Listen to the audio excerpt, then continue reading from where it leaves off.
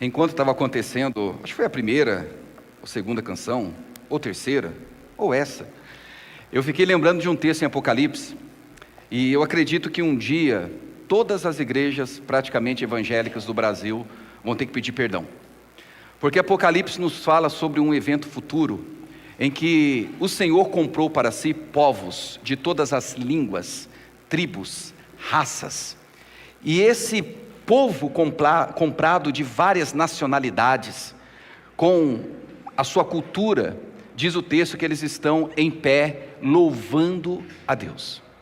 É como se João olhasse e conseguisse contemplar vários idiomas, vários povos, e cada povo cantando e sendo entendido, sendo acolhido, sendo louvando a Deus juntamente com aquela cultura, e cada um no seu ritmo. E eu acho que a igreja brasileira vai ter que chegar diante de Deus e falar assim: Deus, nos perdoe, porque o nosso ritmo, a nossa musicalidade, ela é tão rica, ela foi tão rica, e nós acabamos muito mais importando melodias, importando canções, importando rítmicos lá do século XVI, que é muito bom, mas lá do movimento, às vezes do Hillsong da vida, e a gente abandonou esse jeito brasileiro de produzir música.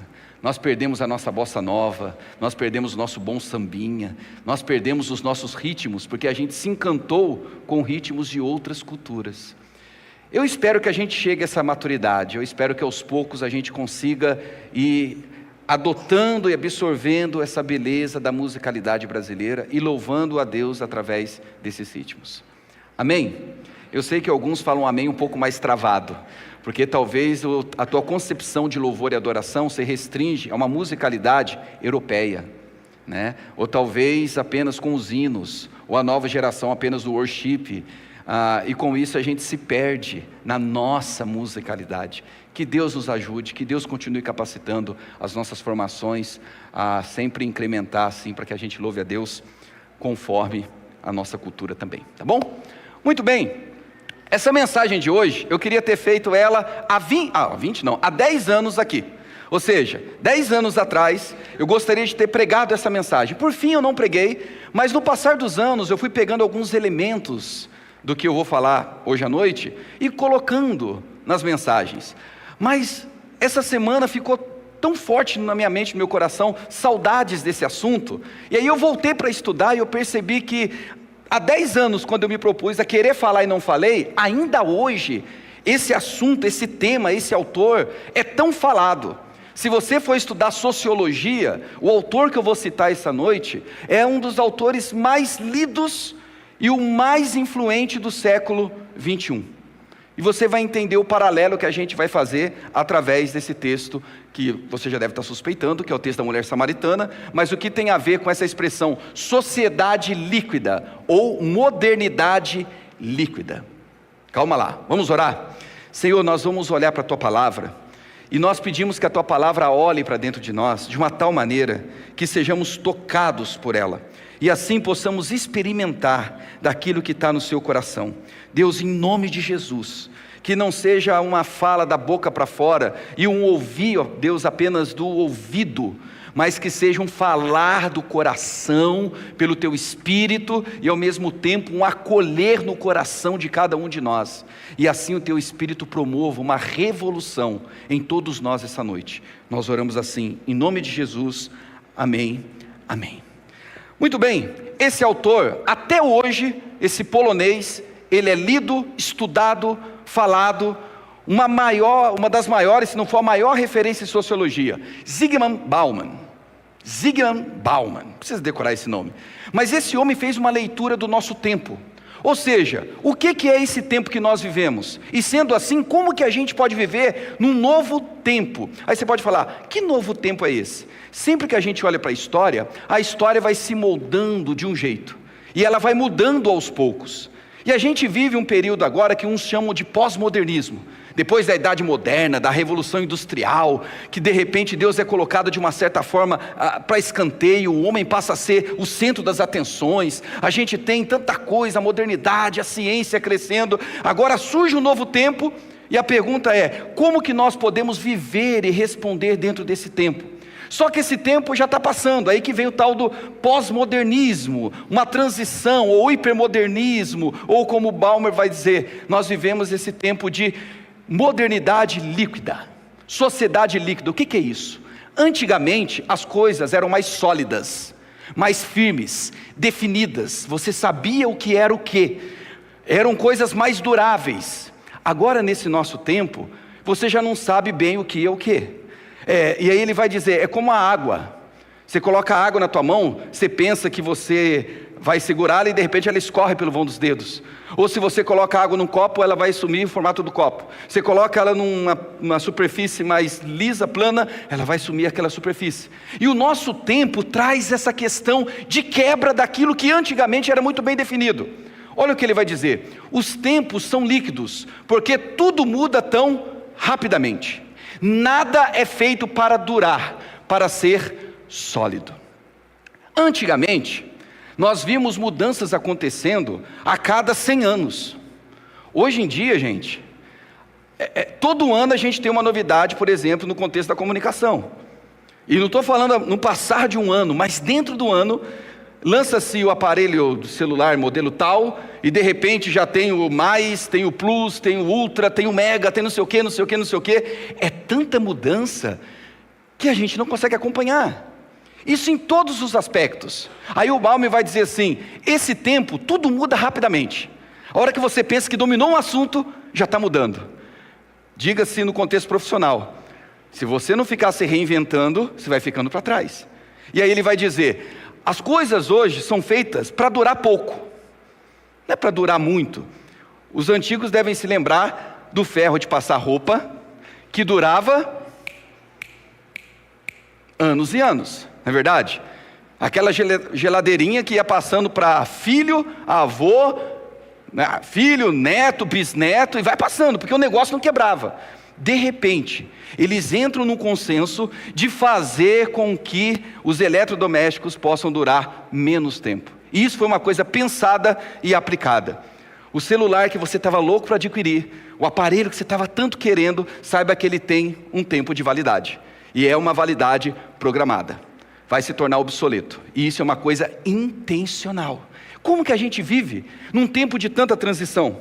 Vamos olhar mais um pouquinho o que ele fala, daqui a pouco a gente vê o texto. Olha o que ele vai dizer. A modernidade líquida é marcada pela ausência de estabilidade e solidez. Em um mundo onde tudo muda rapidamente, os indivíduos são forçados a se adaptar. Mas isso gera sentimentos de insegurança e solidão. As relações humanas tornam-se superficiais e transitórias, enquanto o consumo passa a definir a identidade pessoal.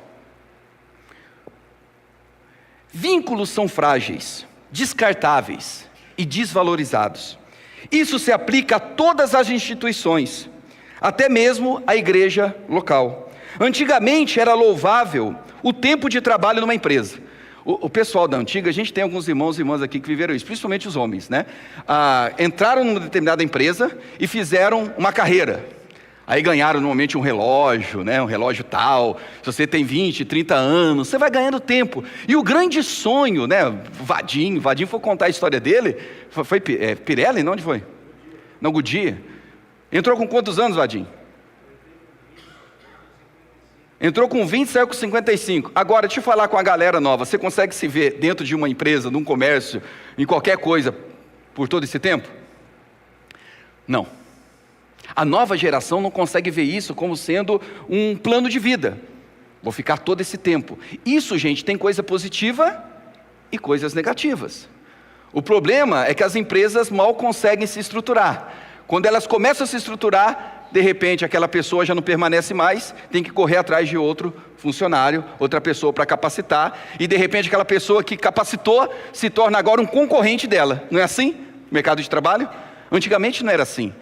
Os planos de carreira, o grande sonho era você entrar numa empresa e se aposentar nela.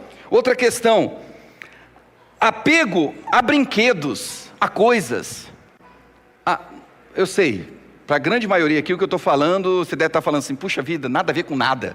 Mas o pessoal um pouco mais antigo vai lembrar que quando você tinha aquele carrinho, o carrinho quebrava, você não jogava fora. Você consertava.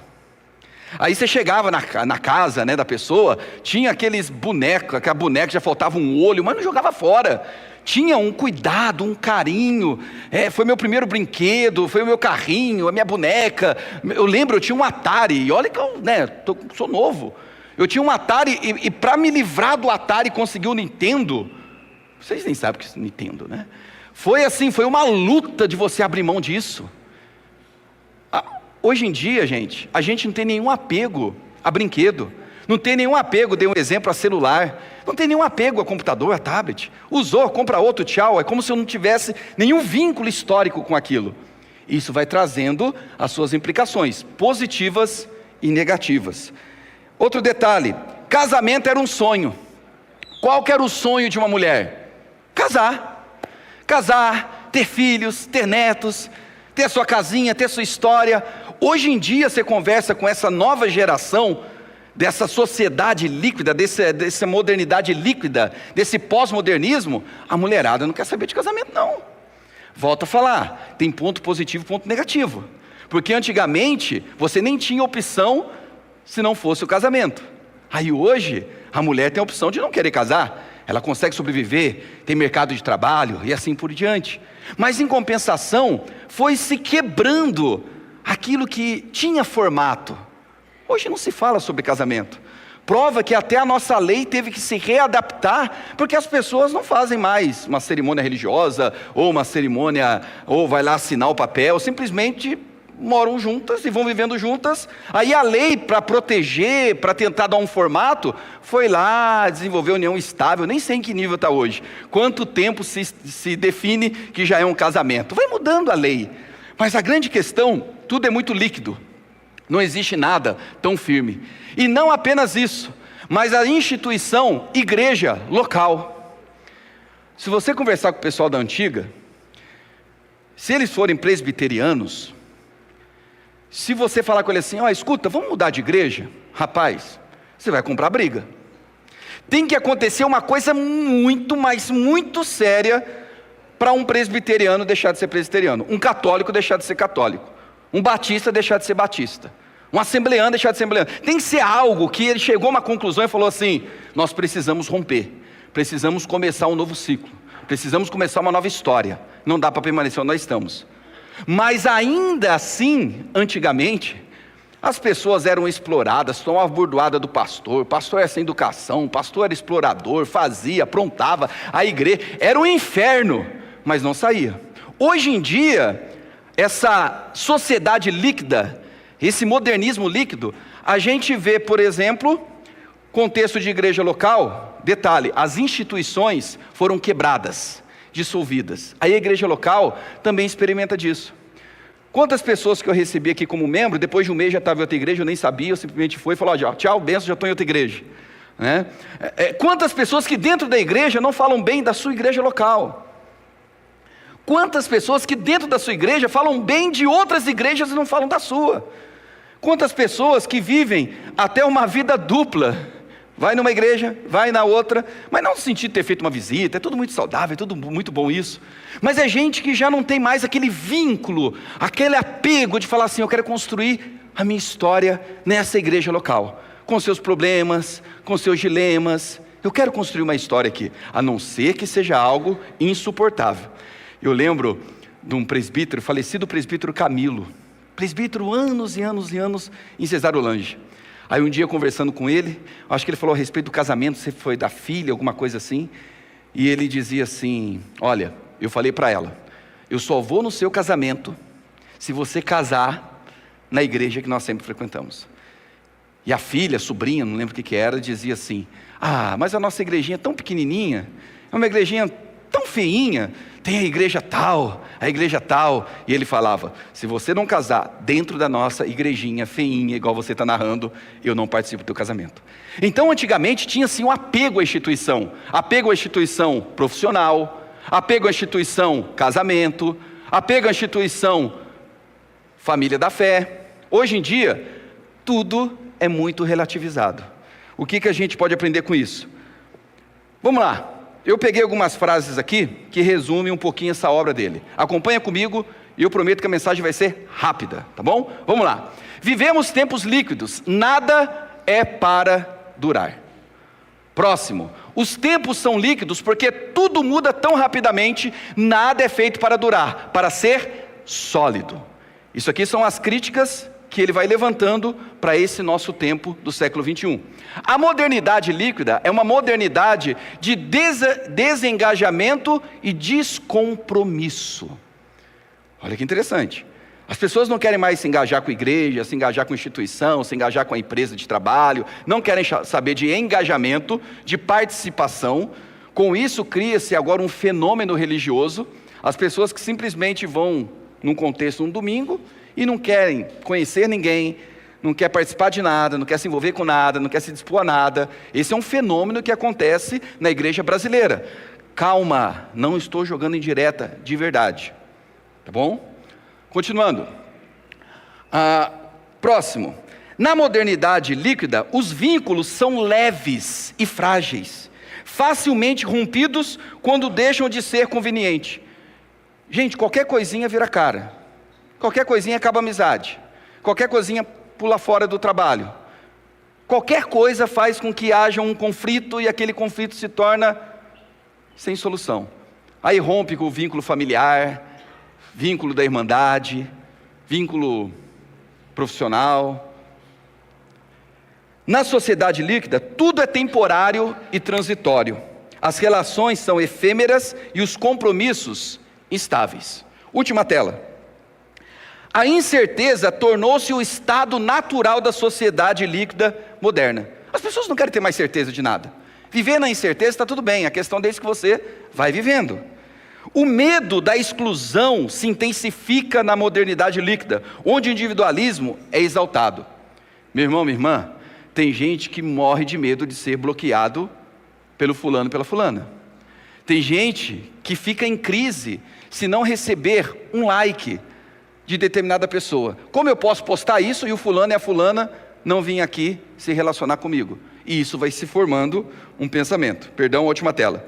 Na modernidade líquida, a busca por estabilidade convive com a constante sensação de insegurança.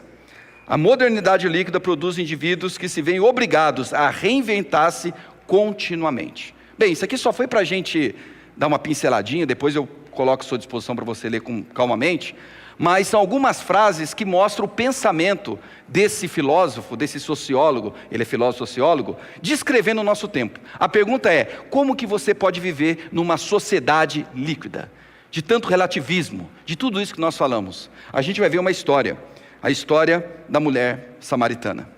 João capítulo 4, a gente vai falar sobre isso. Água viva para uma sociedade líquida. Acompanhe a leitura comigo. Diz assim: estava ali a fonte de Jacó. Cansado da viagem, assentara-se Jesus junto à fonte por volta da hora sexta, meio-dia. Nisto veio uma mulher samaritana tirar água. Disse-lhe Jesus: dá-me de beber, pois seus discípulos tinham ido à cidade para comprar alimentos. Então lhe disse a mulher samaritana: como sendo tu judeu, pedes de beber a mim, que sou mulher samaritana? Aí vem uma explicação: porque os judeus não se dão com os samaritanos. Replicou-lhe Jesus: se conheceras o dom de Deus, e quem é o que te pede, dá-me de beber, tu lhe pedirias, e ele te daria água viva. És tu porventura maior do que Jacó, nosso pai, que nos deu o poço, do qual ele mesmo bebeu, e bem assim seus filhos e seu gado? Afirmou-lhe Jesus: quem beber desta água, tornará a ter sede. Aquele, porém, que beber da água que eu lhe der, nunca mais terá sede. Pelo contrário, a água que eu lhe der será nele uma fonte a jorrar para a vida eterna. Versículo 15 e 16. Disse-lhe a mulher: Senhor, dá-me dessa água para que eu não mais tenha sede, nem precise vir aqui buscá-la. Ela não está entendendo nada. Disse-lhe Jesus: vai, chama teu marido e vem cá. Ao que lhe respondeu a mulher: não tenho marido. Replicou-lhe Jesus: bem disseste, não tenho marido, porque 5 maridos já tiveste, e esse que agora tens não é teu marido. Isto disseste com verdade. A gente vai ler o 19 e dar um salto para o 28. Depois que Jesus falou isso, ela vai dizer: Senhor, disse-lhe a mulher, vejo que tu és profeta. Aí começa um bate-papo teológico. Aonde que é o lugar da adoração? É aqui no Monte Gerazim? É lá em Jerusalém? Aqui, acolá? E começa esse papo teológico. E aí no versículo 28 a gente tem a reação dessa mulher. Quanto à mulher, deixou o seu cântaro, foi à cidade e disse àqueles homens: vinde comigo e vede um homem que me disse tudo quanto tenho feito. Será este porventura o Messias, o Cristo, o ungido, o esperado? Saíram, pois, da cidade e vieram ter com ele. A gente canta esse texto, uma canção bem bonita. Há várias canções que se remetem a esse texto, do encontro de Jesus com uma mulher samaritana. E o texto já nos mostra de cara uma tensão. Como que pode um homem conversando com uma mulher ali sozinho? Isso já não é bem visto esse tempo, imagina aquele tempo. E muito mais que isso, é um judeu e ela é uma samaritana. Até aí, menos mal. Mas o que vai agora gerar um conflito e uma tensão no texto é que Jesus se aproxima dessa mulher. Jesus puxa a conversa com essa mulher. E Jesus começa falando a respeito de água. Ele pede água, ela não está entendendo. Ele oferece água, ela não está entendendo. Aí por fim, quando ele fala da água viva, essa mulher fala: então me dá dessa água, porque eu estou cansada de vir aqui buscar dessa água, esse vai e vem, eu queria parar com isso. Aí Jesus vai no íntimo, vai no secreto, vai no âmago e fala assim: vai lá chamar o teu marido. Aí ela: não tenho marido. Disseste bem, porque você já teve 5, e o que tem hoje nem é o seu marido. E aquela mulher ficou assustada e reconheceu ele como sendo um profeta num primeiro momento. E aí a gente tem uma evolução. Primeiro é um homem, depois um profeta, depois o reconhecimento do próprio Cristo. Mas o texto termina de uma forma linda, com aquela mulher pegando o cântaro que ela usava para buscar água ali no poço. Ela joga aquele cântaro, sai correndo para Samaria. E os homens que ela evitava, os homens e talvez as mulheres que ela não queria olhar nos olhos por causa da sua história, ela vai até essas pessoas e fala que encontrou provavelmente o Cristo, o Messias, porque a conhecia de uma maneira que ninguém mais a conhecia. Bem, você conhece essa história. Agora, o que essa história tem a nos ensinar, diante de tudo que eu li para vocês aqui, dessa sociedade líquida, desse modernismo líquido, desse tempo abstrato, relativo, que as coisas não têm forma, não têm o valor que antigamente se tinha? Eu queria que a gente pensasse em algumas questões e orasse no final, diante delas. A primeira, perceba, nós temos um certo conflito.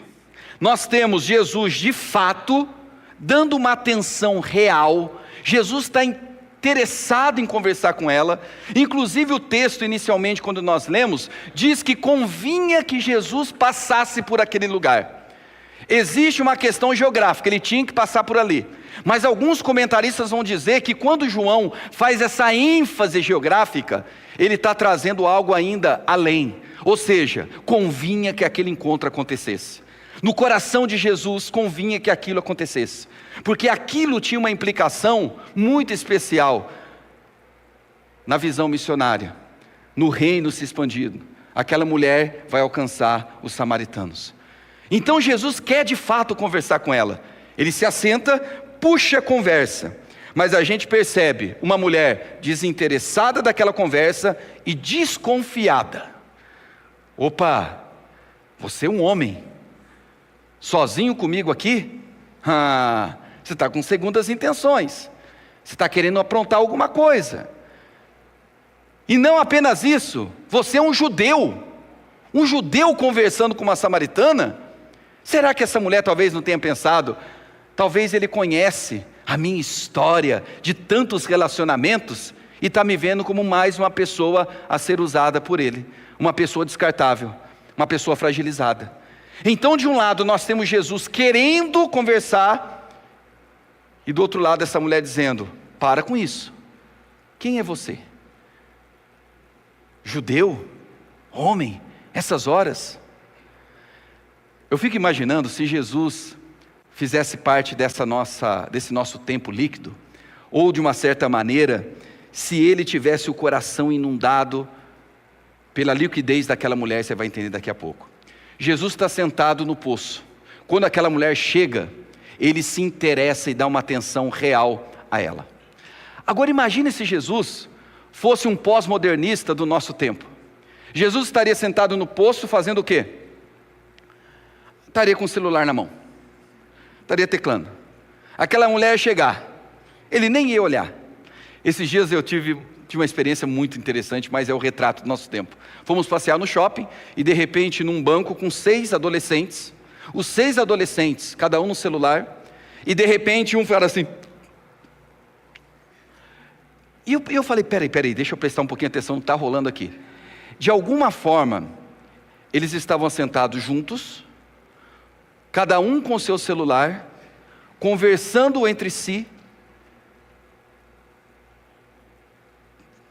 virtualmente. E do nada, começavam a rir. Ou seja, de alguma forma, todos estavam conectados, digitalmente falando, apesar de estar um do lado do outro. Você está entendendo o que está acontecendo? Eu ia passar um videozinho, mas eu falei, não vou passar, porque o pessoal já deve ter visto várias vezes. É uma animação que mostra várias pessoas, na verdade até num formato de rato, andando para um lado para o outro, mas eles estão andando olhando para o celular. E eles já desenvolveram, e agora cá entre nós, vamos confessar nosso pecado. Você já teve experiência de você andar, teclando, olhando, e você consegue se desviar de pessoas? Já viu isso? Você nunca passou por essa experiência? Você está andando no shopping, sei lá, algum lugar, tem muita gente ali, tem pessoas, você está teclando e você consegue se desviar das pessoas, e você consegue chegar onde você ia chegar. Já teve essa experiência? Confessa aí, eu já tive. Olha como a nossa mente se desenvolveu para se adaptar a tal tempo. Se Jesus é um pós-moderno, Jesus não teria tempo para prestar atenção naquela mulher. Jesus estaria no seu mundinho fechado, no seu celular, vivendo o seu contexto. Mas se de um lado a gente tem uma mulher desinteressada e desconfiada, porque esse nosso tempo tem provocado isso nas pessoas. As pessoas estão cada vez mais desconfiadas umas das outras. E às vezes tem nem motivo, mas é um tempo de mútua desconfiança. Isso faz com que a gente não consiga ter bons relacionamentos. Mas Jesus dá uma atenção real. Olha o que o Bauman fala. Ele vai dizer assim: nas relações virtuais, não existem discussões que terminem em abraços vivos. As discussões são mudas, distantes. Ele tem algumas frases que ele fala: hoje, essa sociedade líquida, esse modernismo líquido, faz com que as pessoas não tenham tempo para ter uma DR. Como tudo está acontecendo virtualmente, ainda que estejam presencialmente, simplesmente bloqueia o outro. Vou perder tempo? Toma um bloco. Quer dizer uma coisa? Parei de seguir. Quer dizer uma coisa? É assim que a gente resolve. Apesar da desconfiança da samaritana, Jesus insiste em alcançá-la. Preste atenção. Se você não quer ser engolido por esse tempo líquido, abstrato, sem forma, esse tempo tão perigoso em alguns aspectos, aprenda a insistir em ter relacionamentos reais. Aprenda a prestar atenção para valer, presencialmente, com as pessoas que você convive. Talvez algumas pessoas aqui precisam se relacionar menos virtualmente com pessoas para passar mais tempo batendo um papo.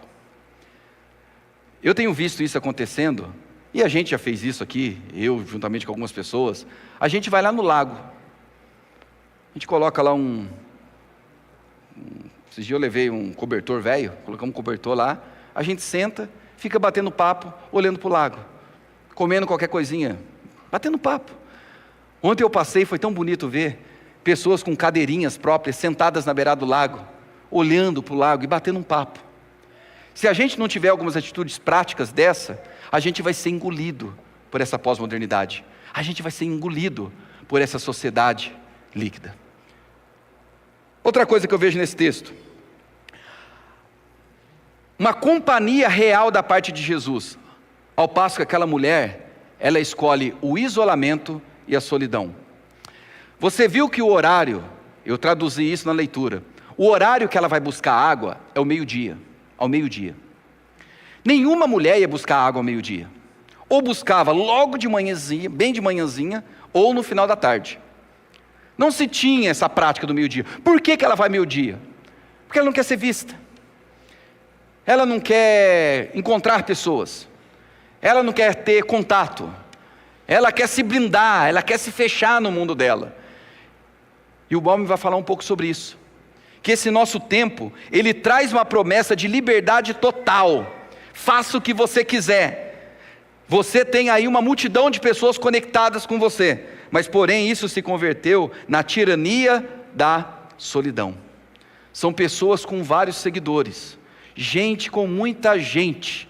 Mas ainda assim isolada, sozinha. A mulher ao meio-dia, no isolamento e solidão, é encontrada por Jesus. Deixa eu seguir um pouquinho, porque no final eu quero que a gente releia e ore. Essencial versus um consumismo e insaciabilidade. Deixa eu explicar isso aqui. Aquela mulher vai buscar água todo dia. E quando Jesus fala a respeito da água viva, a grande questão é: você consegue pegar dessa água para mim? Ou essa água que está me oferecendo, dá-me dessa água, porque aí eu não preciso voltar para ficar pegando esse contexto. E é interessante que essa citação Balmer faz, como se essa mulher estava simplesmente à procura daquilo que é passageiro, aquilo que ela consome hoje, e amanhã vai ter que consumir de novo, e aquilo não resolve de fato a sede dela. E essa é a fala de Jesus. Escuta, essa água que você busca todo dia nesse poço, não vai resolver a essência da tua alma. Você vai ficar sempre consumindo isso, e o vazio vai sempre permanecer. E aí ele vai dizer assim: o consumidor moderno está sempre em busca de algo novo, para preencher um vazio que nunca é totalmente satisfeito. A crítica dele para esse tempo é que a gente consome demais. A gente consome além da conta. A gente consome o que não precisa. A gente consome de forma exagerada.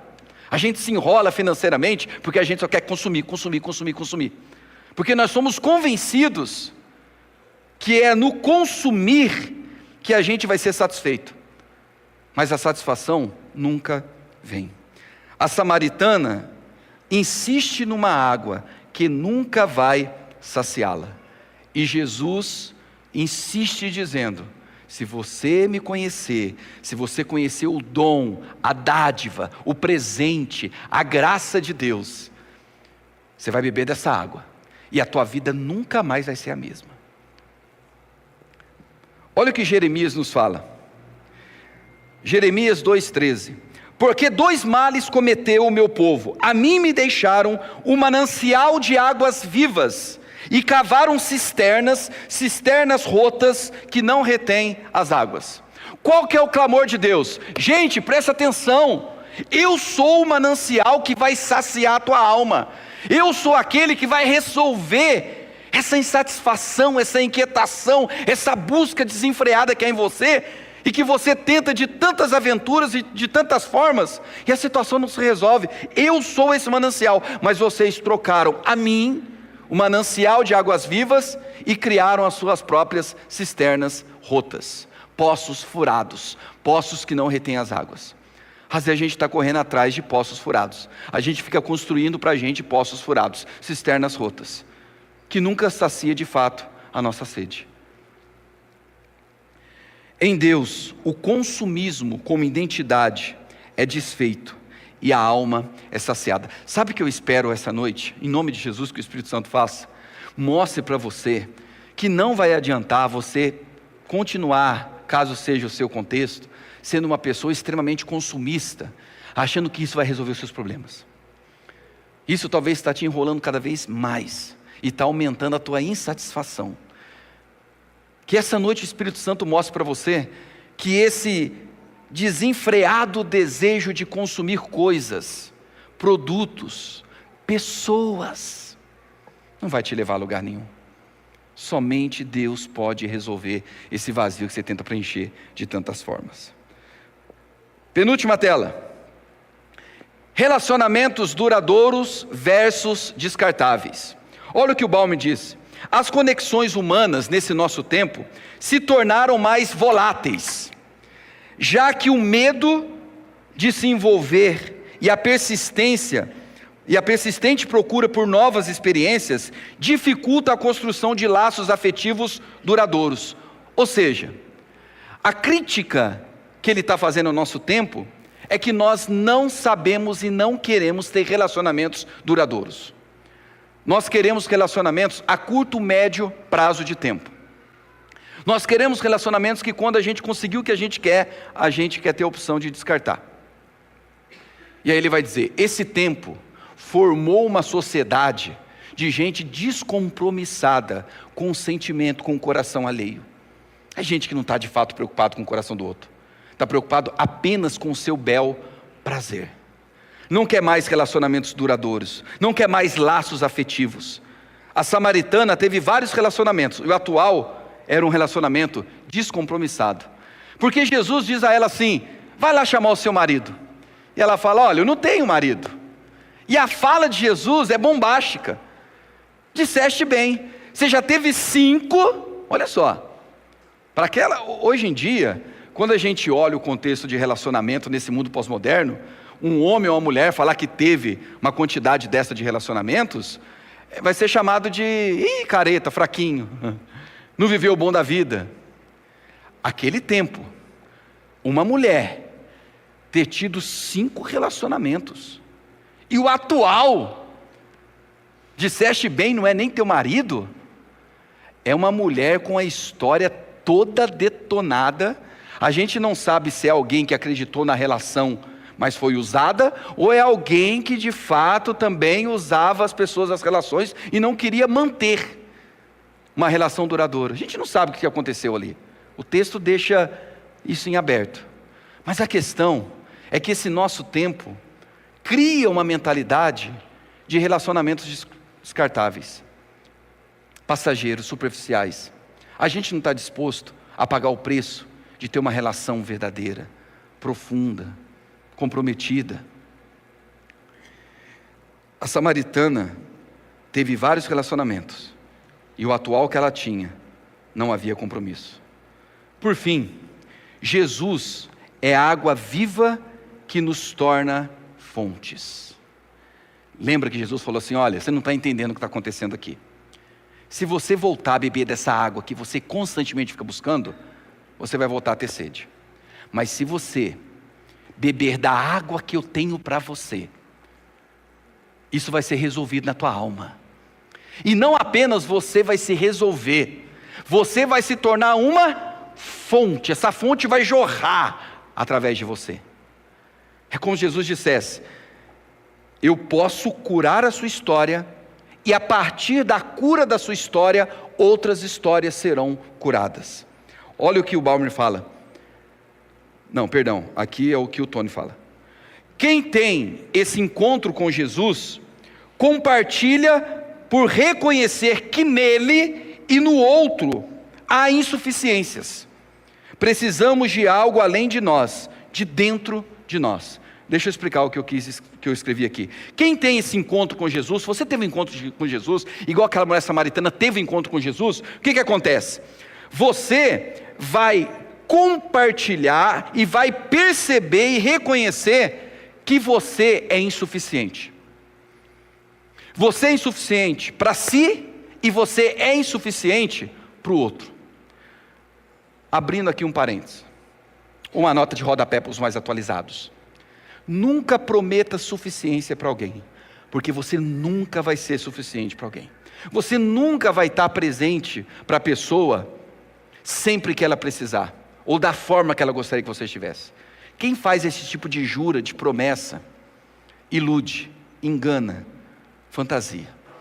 Você não é suficiente para si mesmo, quanto mais ser suficiente para outros. Mas quem tem um encontro com Jesus, Tem essa revelação. Para de achar que é autossuficiente. Para de achar que é suficiente para o outro. Mas reconhece a sua insuficiência e a insuficiência do próximo. Mas também reconhece o quê? Reconhece que precisa de algo além de nós. Ou seja, eu preciso de algo além de mim. Eu não me basto. Eu não me basto. E você não se basta. E eu não me basto para você. A gente não se basta. Nós precisamos de algo ou alguém além de nós. E esse alguém parte de dentro de nós. É isso que Jesus está falando para aquela mulher. Escuta, a tua vida vai ter jeito. Mas você precisa desencantar de achar que a tua procura por essas cisternas furadas, por essas águas passageiras, vai saciar a tua sede. Em mim, de fato e de verdade, você vai encontrar um manancial. E a partir daí, você vai se tornar um sinal para outras pessoas. A samaritana se torna uma missionária. Ela vai para Samaria falar do Messias. Eu queria que a gente orasse agora. Ufa, eu planejei de fazer a mensagem em 15 minutos. Eu acho que eu consegui. Porque eu quero te dar no mínimo uns 5 minutinhos, ou até mais, para você ler cada um desses tópicos e ter um tempo de oração. Quero chamar os irmãos do louvor à frente. A primeira coisa que eu queria que você lesse e pensasse: você presta atenção de verdade nas pessoas? Primeira perguntinha. Você é alguém que presta atenção? Lembra que Jesus prestou atenção na samaritana? Ela não estava prestando atenção, mas Jesus presta atenção nela. Você é alguém que presta atenção nas pessoas que te cercam? Segundo, você busca aproximações reais.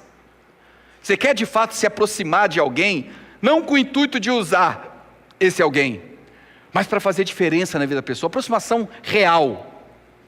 Ou você fica dentro da virtualidade, ainda que seja presencial. Terceiro, você é um consumista compulsivo.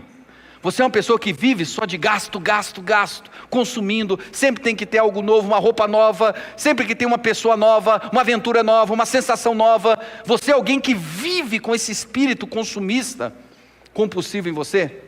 Quarto, você busca e permite profundidade nos relacionamentos. Você é alguém que abre o seu coração para a pessoa te conhecer como você é. Você permite que pessoas se aprofundem na tua alma. Você se dispõe a querer se aprofundar na vida de pessoas. Você busca ter amizades de verdade, ou você se contenta com: oi, tudo bem?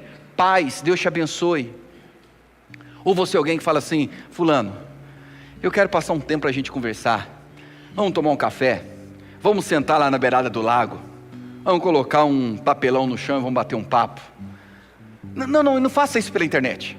Eu sei, o tempo talvez está curto, os compromissos, mas você precisa encontrar tempo real para olhar nos olhos, para ouvir, para falar, para ficar em silêncio junto da pessoa. Você busca e permite profundidade nos relacionamentos? Quinto, você compartilha do que Jesus faz em você? Aquela mulher, quando ela teve encontro com Jesus, ela sai dali dizendo assim: eu preciso falar para as pessoas do que eu encontrei. Eu preciso falar das pessoas da forma que eu fui encontrada. Eu preciso falar desse que conhece o íntimo do meu coração, mas me conhecendo, não se aproveitou de mim, não me rejeitou, mas concedeu a mim água viva. As pessoas têm bebido da água de Jesus em você? Você tem compartilhado do que Deus tem feito na sua história? Ou você está tão centrado com o seu mundo, com o seu estudo, com o seu trabalho, com o seu negócio, com a sua família? E não que isso seja ilegítimo, mas se em tudo isso não há um permear de querer compartilhar do que você está experimentando, é porque você ainda não experimentou de verdade. Porque quando a gente experimenta de uma coisa que é boa, a gente não se contém, a gente compartilha. E talvez você precisa experimentar para valer. Eu queria que a gente aproveitasse alguns minutos. Não vai ser cantado, vai ficar assim. Eu quero que você leia a primeira sentença, entenda, pense e ore. E ore. e ore. Agora não vai ser o tempo de você bater papo, é um tempo entre você e Deus. Olha lá os 5 pontos que eu coloquei: leia, entenda, pense, ore, e você vai agir em cima disso. Vamos dedicar uns minutos a isso? Então faça. Senhor amado, que essa noite a nossa alma beba da água viva que o Senhor concede. Que possamos, ó Deus, sermos saciados por Ti, porque reconhecemos, ó Deus, que esse nosso tempo tem a capacidade de nos confundir e oferecer águas que não são vivas, águas que são temporárias, águas que não saciam de verdade a nossa sede. Senhor amado, o Senhor conhece a realidade de cada um aqui. Talvez haja pessoas que precisam prestar mais atenção de verdade no esposo, na esposa, no pai, na mãe, nos filhos. Talvez haja pessoas aqui que o tempo está passando e são pessoas tão distraídas, tão desinteressadas em gente que poderia fazer a diferença na vida delas. Senhor, talvez haja pessoas aqui escravizadas por relacionamentos virtuais, fantasiosos. Gente que não se aproxima de verdade, que mesmo quando está perto, o coração e a mente se encontram tão distantes. Talvez haja pessoas aqui, ó Deus, que são compulsivas pelo consumir, que são descontroladas no gastar, que pensam que adquirindo todo dia algo novo vai conseguir saciar a sede, encontrar sentido, realização. E a verdade é que a frustração vai se aumentando, a ferida vai se abrindo, se agravando, e vai ferindo outras pessoas. Talvez haja pessoas que vivem relacionamentos superficiais, porque tem medo. A expressão daquela mulher que talvez já tinha passado por tantas tentativas de viver um relacionamento verdadeiro, genuíno, mas foi sendo descartada ou descartou, até chegar num contexto em que não queria mais compromisso, profundidade, e a relação que tinha era a mais superficial de todas. Talvez tenha pessoas assim essa noite, pessoas que vivem uma vida superficial, não tem amigos de verdade, não tem amigas de verdade, não tem gente com quem pode contar, não tem gente a quem pode contar, não tem alguém com quem abrir o coração, porque tem medo de ser ferido, ferida ou ferir, e assim vai vivendo um estereótipo, aparentemente amigável, relacionável, mas sempre tão distante das pessoas, sempre tão afastada das pessoas. Talvez haja pessoas aqui que já poderiam ter compartilhado sobre o encontro que um dia tiveram com o Senhor. Poderiam compartilhar do teu amor, ser um missionário, uma missionária, um homem ou mulher de Deus, onde se encontra, falando do teu amor, vivendo o teu amor, mostrando o que o Senhor tem feito, mostrando o que o Senhor fez. Mas a gente vai se acomodando, volta para as distrações, volta para as cisternas rotas, pelos poços furados. Faz uma revolução em nós, em nome de Jesus, para a glória de Jesus. Amém, amém.